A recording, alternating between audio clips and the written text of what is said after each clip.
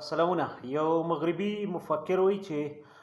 مړي د خپل ځان خیال په خپله نه شي ساتلی، دا د ژوندو ذمهواري ده چې د مړو خیال وساتي. د مړو خیال ساتل په مختلفو مذهبونو کې یا تهذیبونو کې په مختلفو طریقو کیږي. څوک خخۍ، څوک سیزي، او په زرتشتي یا پارسي مذهب چې اوس کوم پارسي مذهب دی په کراچۍ کې ځینې اوسېدونکي دي، نو پخوا په دیو کې دا روایت و چې د غره په سر باندې مړی ایښودل چې به یې کارغانو خوراک شي او د مرغو د زناورو خوراک شي. خو دا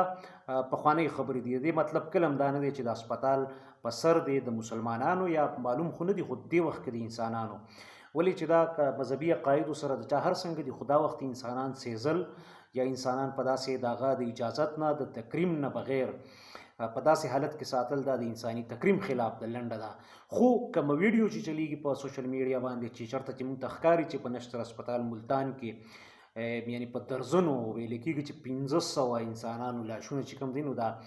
ډم شوي دي، په یو ځای کې د چت په سر باندې ایښودی شوي دي. نو اټلیسټ دغه ویډیو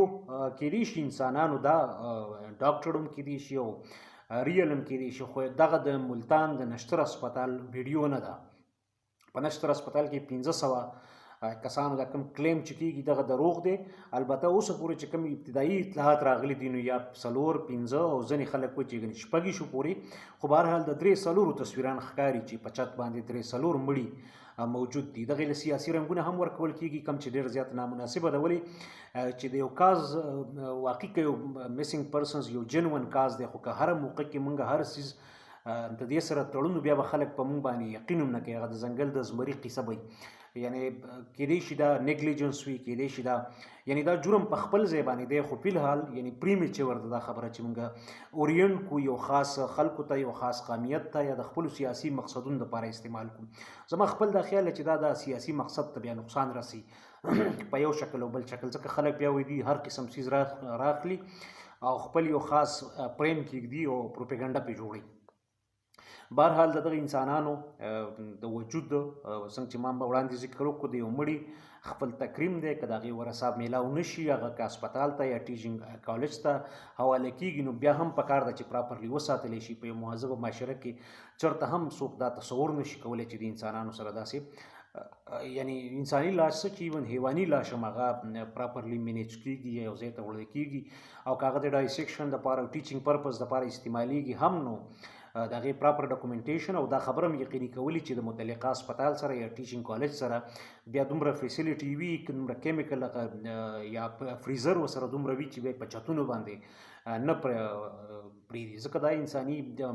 ملتان د 15 لکه خلکو ښار دی، او د 15 لکو خبره یو طرف ته ده، خو دا چې دې نه انساني مسلې هم جوړېږي، مرضونه هم ترې خورېږي، بوی هم کوي، او هسې هم یعنی ایٹ د اینډ اف د ډے دا ده چې د انسان چې کوم وجود دی د هغې د تکریم او د تعظیم خلاف ده، خلاف وضع او خلاف قطع، یعنی د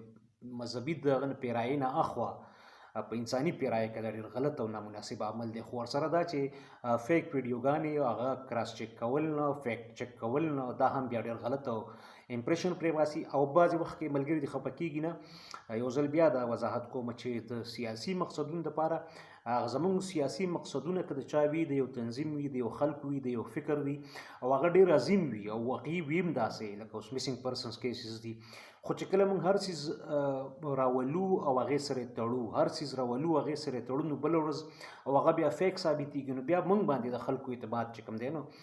که یو څوک د یو کاز دپاره کار کوي، نو په هغه باندې د خلکو اعتماد ختمیږي. یعنی هغه وړاندې ما وویل چې د ځنګل نه به یو ګډ به و، هغه زمری به بار بار ډرامه کوله چې زمری راغی.